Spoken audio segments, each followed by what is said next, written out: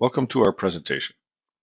Today we'll be taking a look at structures, girts, and sag rods, as well as a few other tools from the PowerPack for advanced steel.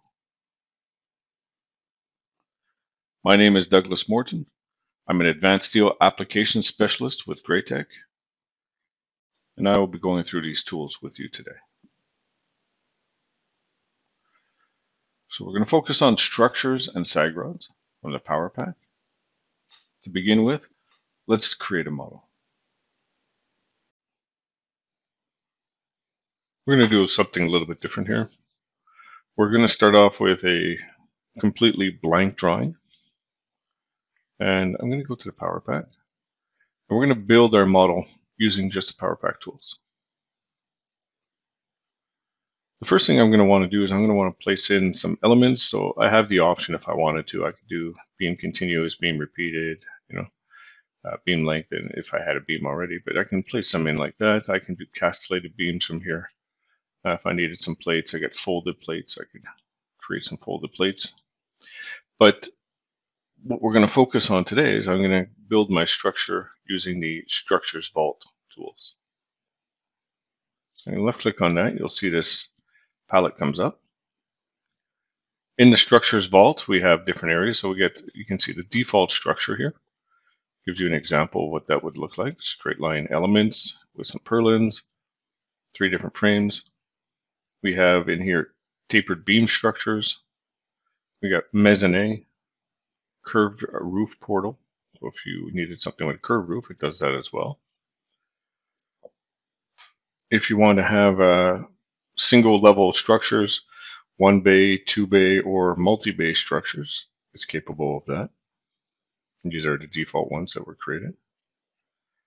You have in here also 1 bay multi-level, 2 bay multi-level, and multi-bays, multi-levels. So you can see you can get some pretty complicated structures going on here as we go along. It also has the ability to do towers. So the tower here will place in all the elements for the tower to get you started, and then you have to go back, just connect it up and adjust as needed. But what you see on the screen is capable directly from this Tower Designer tool. Now we're going to come in here today. I'll just start with the default structure. Where you have your UCS matters. So it's going to come in at the X, Y, and Z point, wherever you've placed that UCS in the corner.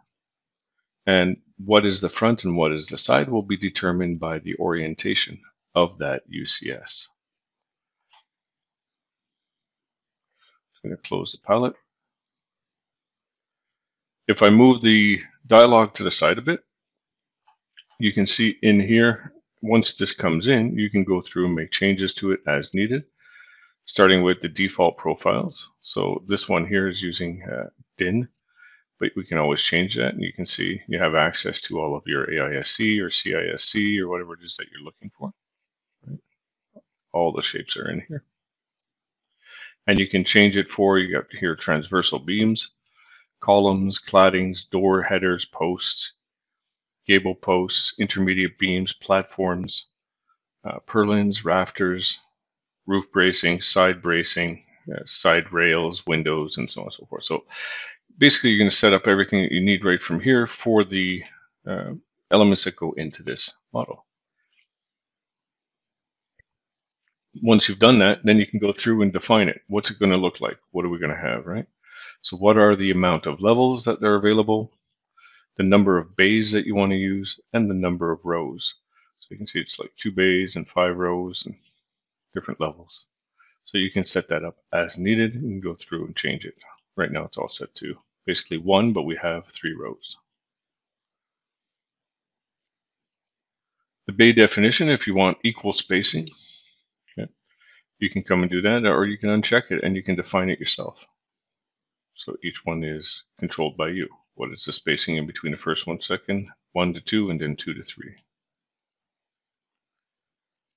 Your portal frames, you can set those up if you want a portal frame. What are the size? What's the width? What's the portal height? How is it created? 2 beams, 1 beam? Is it curved beam? The frame itself, each one You can come into here and you can change frame 1, frame 2, frame 3, set them up. Transversal beams in here. What are the shapes in that being used? And how is it positioned? So you have control over the positioning of these elements as well. Your gable posts, your purlins, all of these can be set up in here, left side, right side, enabled or disabled, so you don't have to use them if you don't want. You have advanced settings and e-purlins as well. Side rails between different portals and how is it placed in. Side bracing, so if you do bracing along the side between the different portals, you have enabled or disabled here. Same with your roof bracing. The platforms, if you want one on the side, for example, it's disabled. You'll notice that when you enable something, settings come in for it that allow you to define it and set it up the way that you want. You have openings for doors and windows inside the structure itself, so you can set those window frames, personal door frames, gate frames, so on and so forth, on the front, the back, the left side, the right side. Place them in, and again, once enabled, you get the properties here that allow you to control the location and position, what gets used. Intermediate beams, if you need to place intermediate beams in, front, left, or right, you can do it in any of the portals here. Place those in. Claddings, if you want to enable those, you can turn those on. And you can see, depending on what you've selected, you got roof, front, back, left, right. You can enable it and it'll come in. Finally, we have the library. So once you've defined everything, set it up and you've created it, you can save it. So you don't have to do it again and again every single time. So next time you have a project or a model, you want to bring in something that's similar to what you just created, just come into here, load up the previous structure, make a couple of changes to the settings, you have a new structure. And you can save them and load them just by selecting it and saying load. Or saving it by saying save. And you can see that structure comes in based on the settings that I had. And when I've done here, you'll notice it's all taken care of. Everything's been changed back to my Can-Am steel deck for the cladding, or the posts are all Imperial AISC shapes now. It remembers all of that and keeps it. So it's only a one-time setup and then saved, and then you can bring it back in. So now if I decided I wanted a door on the other side instead of here, I could go and turn it off on this side, enable it on the other side, put it in a window somewhere, change the purlin spacing or girt spacing, use different types of beams and what have you. So that's the structures vault, which gives us our basic structure. Next thing I'm going to do here very quickly is I'm just going to put some grid lines in. I went ahead and just drew some regular lines. If you look at these lines here, they are just AutoCAD line, that's all. And I put them where I want the grid lines to go. So I put one and I just copied it over a few times, and I put one over there and I copied it to here. So what all I need to do here is come to my PowerPack, go say line to grid. Okay. So I'll select my lines, select similar. You can see the lines that are in there. Line to grid. I'm going to start off by doing all groups, and then I'll do the extremities. I'll say all groups again, and this time I'll do WCS. And you can see what's happening here is it's taking all my lines and it's turning them into grid lines. It then asks me, do I want to get rid of the original lines? I'll say yes.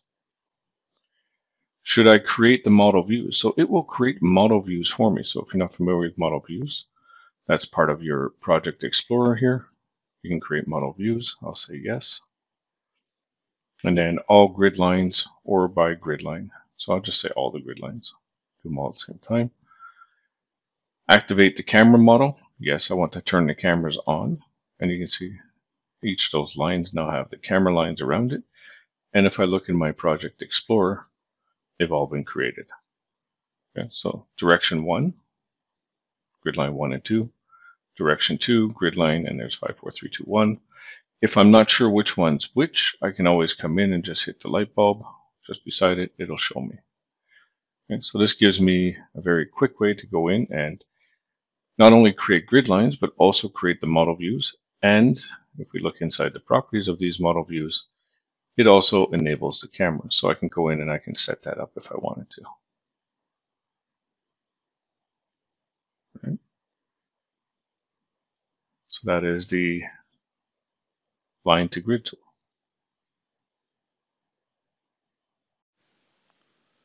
All right, so we're going to turn this model around now. And we're going to take a look at the threaded rod tool from the PowerPack connection vault.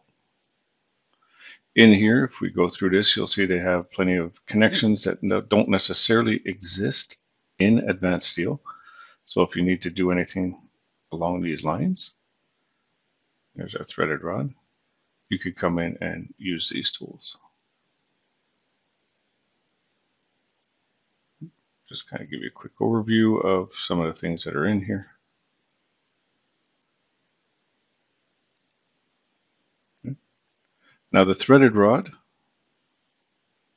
it's pretty simple to use. So all you have to do is select it. And then we're going to go in and we're going to select the first element, right click, and then select the second element we want to place it to connect to. Then it's where is that threaded rod located. So from the top element, I'm going to come in, let's say 6 inches. And then I'll come down to the bottom one. And I'll come in from there 6 inches as well. And you'll see it places between those two elements a threaded rod 6 inches in from the edge. Let me shade this so we can see it a little better. So there's our threaded rod. Now, to make things even easier, because we still have a lot of steel going on here, let's use the grid lines and the model views that we created here. And I'm just going to hide everything else except what's on grid line 1. Okay. And we can see there's that threaded rod. So very simple, very easy to put in. And if I want to do this whole area, I'll show you how we can do that. I'll place another one near the bottom and one near the middle. So let's come in. I'll pick the first element, right click. I'll pick the second element, right click. Same thing as before. We'll come in from the edge, 6 inches on each. It'll place the threaded rod there. And you'll notice here in the threaded rod, by the way, you have the option of going in and stating how many fasteners you want to have. If you were to try doing this with something like a straight anchor, the straight anchor would only give you a maximum of 6 fasteners, and then you can't go past that. It's a limitation. Here you can see, just based on the example, there's 8 nuts and 4 washers, so that's 12 fasteners in all that are attached to this. You can go beyond if you need to determine how many you need. Place them on each side, inside, outside, or both. You have control over that, to different size of rods, whether it's round, square, or you have other shapes as well. You can also come in, control the reduction length for the rod. So if you need to know what the threaded portion is, what is the length of that. First washer, you have the ability to use round, rectangular, or hexagonal shapes, or special parts. So you can create your own and place those in. So if you need something like a beveled washer in there, you can create your own. The nuts as well, same thing. You have round, rectangular, hexagonal nuts, or you can use special parts and call those in. And then you can save whatever you've created to the library so that you can use it again very quickly. Now I'm just going to place one final rod in here between the middle two. So select this one and the one below it. And this time I'm going to come in a little further so they don't overlap each other. I'll just come in 9 inches. I'll do the same down here. So I'll say from there I want to go this direction, 9 inches. And I've got another one. Okay. But that's good, but I need to have it all the way across. So if I were to come in and select these, I can now copy them. So I want that piece, and that piece up here. And I'm just picking the box, that's all. The space in between my columns is 16 feet, so each one of these is 16 feet. I've come in 6 inches on the top, so I want to go across, and I want to have 6 inches on the other side, so that leaves me 15 feet, which means I need 7.5 in the middle. So I'm just going to copy them. We have the advanced copy tool. I'm going to come in here and I'm going to say, see, 3 objects are selected. This is my measuring tool, and I'll say I want to go from here across, let's say 7.5 feet. And that should put it right in the middle. Now, how many do I want to have? In addition to this, I need to have another 2, so I'm going to make 2 copies. And if I'm not sure if I got that right, I can always come in and preview it. It'll go ahead and it'll build those. And you can see now I've got them all placed in here. So I can say OK. Otherwise, I can modify it and pick a different distance. At this point, I'm just going to come and select the boxes again that are there. So just these little gray boxes that go around my threaded rods. Like that. This way I don't grab anything else. I want to make sure I get these. And I'm just going to do a copy again. And I have 3 other bays that I need to do. So I know it's 16 feet apart, each one. So I'm going to come into here and I'll say I need to go in this direction, 16 feet. Places in here, you see it's actually negative because the Y is pointed in the other direction. So from here to here, it's going to be negative 16 feet. And I have 3 other bays, so I'll put 3, and I'll preview that.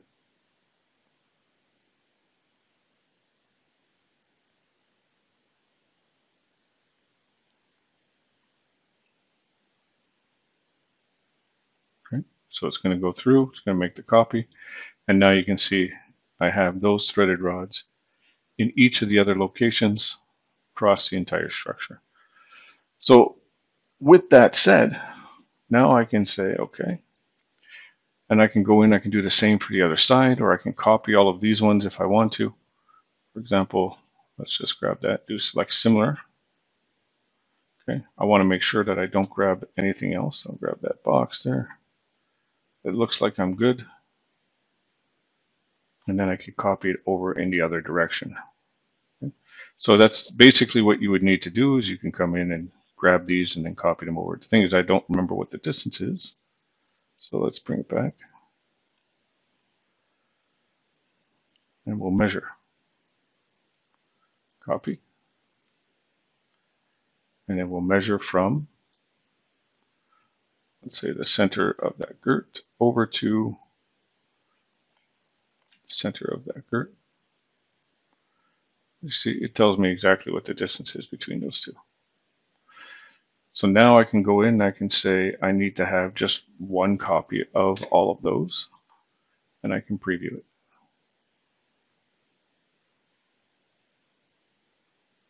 It's going to go through. Again, it's copying all of those rods to the other side. I'm trying to place them in. I may have some differences though, because for example, I have a doorway on that side. Okay.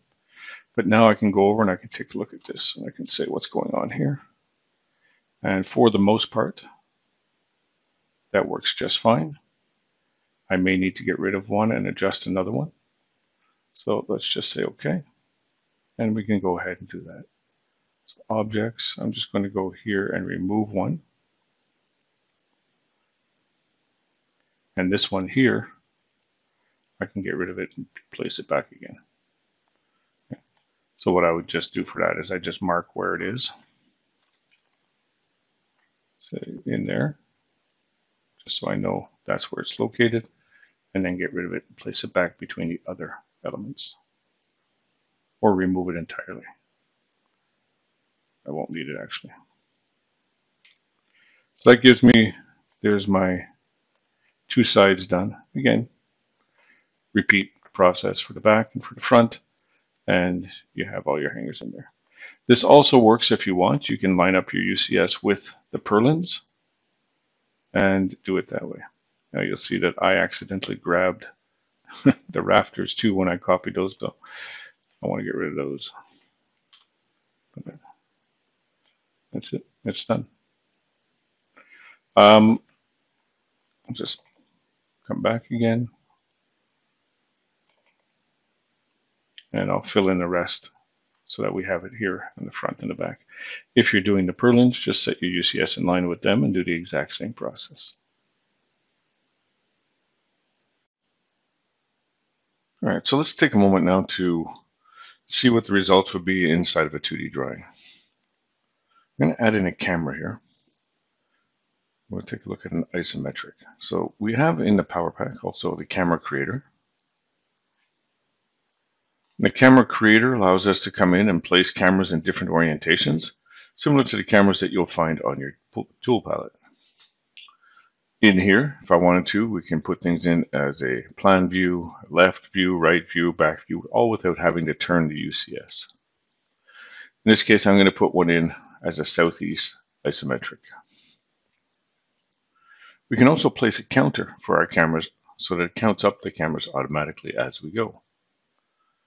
The camera type, I'm going to set this to overview. And we can put in here description. For example, I'll just put camera. And then we can add in things like counter, which will bring in a counter for us, grid line if we were to select grid lines, or grid line intersection, and camera level. Here I'm just going to place a counter. Just like a regular camera, we have all the settings that we would normally have, so you can set a box around the area that you want by setting your Z depths, your X and Y fixed depths. We can pick in here our drawing style, and if we want to use our user-defined drawing styles, we just need to check this button, and then we have our user-defined drawing styles. I'm just going to pick the 3D without labels. We can also select objects if we wanted to ahead of time, just like we could with the regular camera, and use our queries that we've created. I'm going to place that camera in, so come here. I'll select a point. I'll just put it down in the corner, and you can see it's placed in that camera for me. If I wanted to change anything about the camera afterwards, we also have the ability to use the camera browser. And the camera browser would come and list every camera that's in our model currently. So for example, all of these grid line cameras are not set up with any information. I could select those, come into here and change those to intersection. I could set descriptions for them from here. I could then go in and use tokens directly from here as well. The drawing styles could be set. So if I wanted to, for example, for each of these, I can change that to, well, I want to use user styles. I can check down here. There's a button for user styles. You can see these are the advanced ones. Okay. If I check the user ones, I have in here now my user styles. And I'll just pick the elevation view folk for those.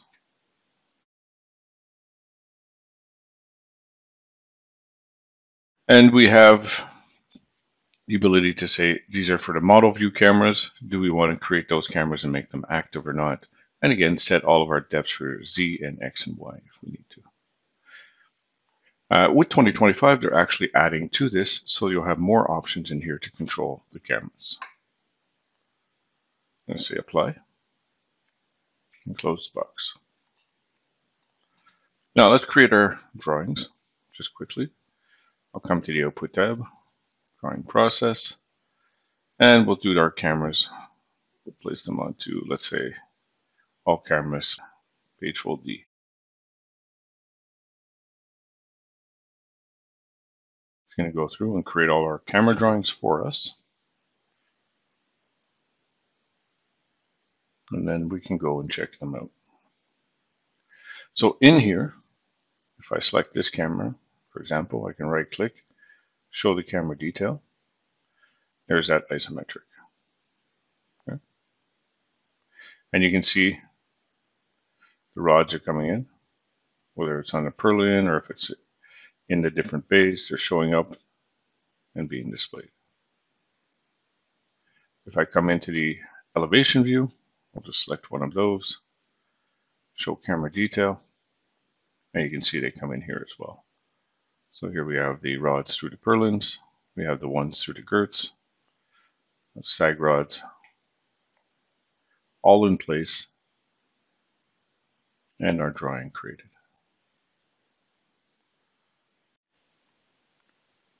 To wrap things up, I just want to point out that with the sag rods or threaded rods, you have the ability to go and add in the parts that you want to use.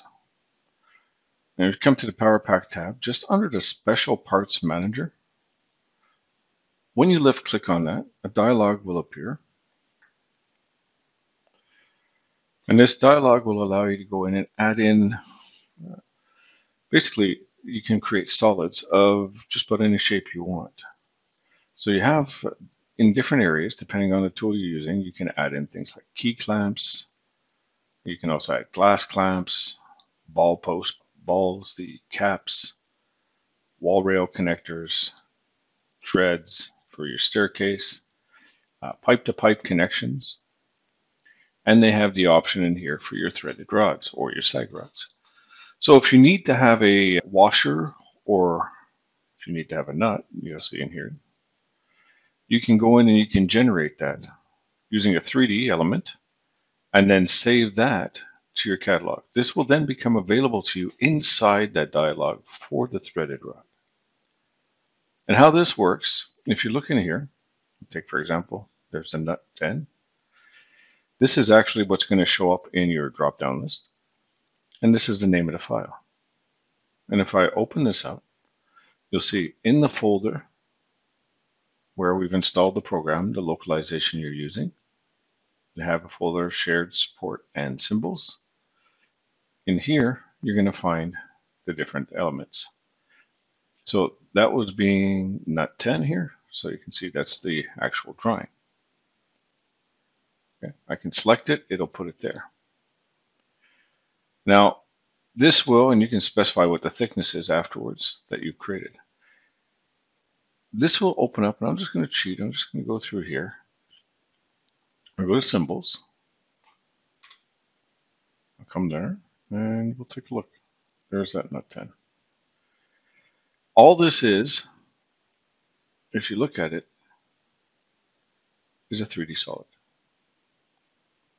And so you have the ability to generate your own 3D solids with the size that you want.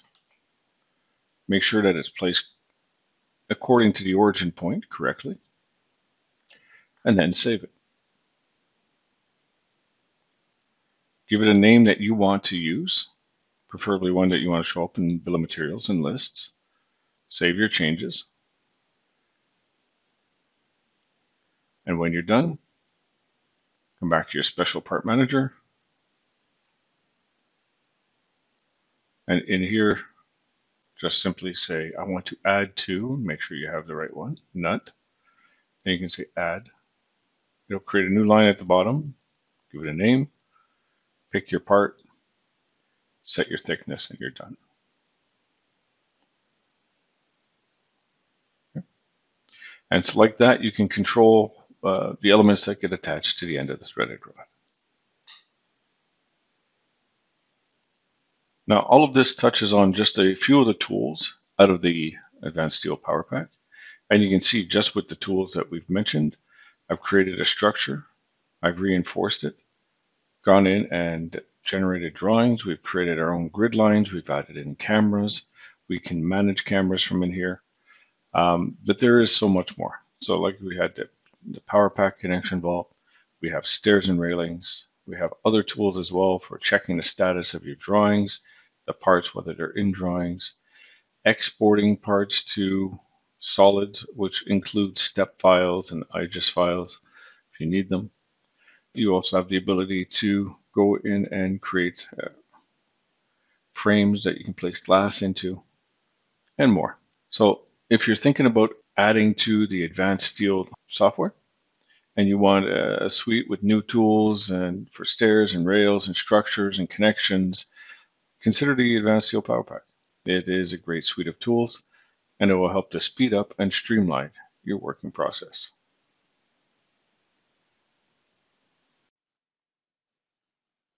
Thank you for joining us today, and I hope you all have a great day. If you have any questions, please feel free to let us know.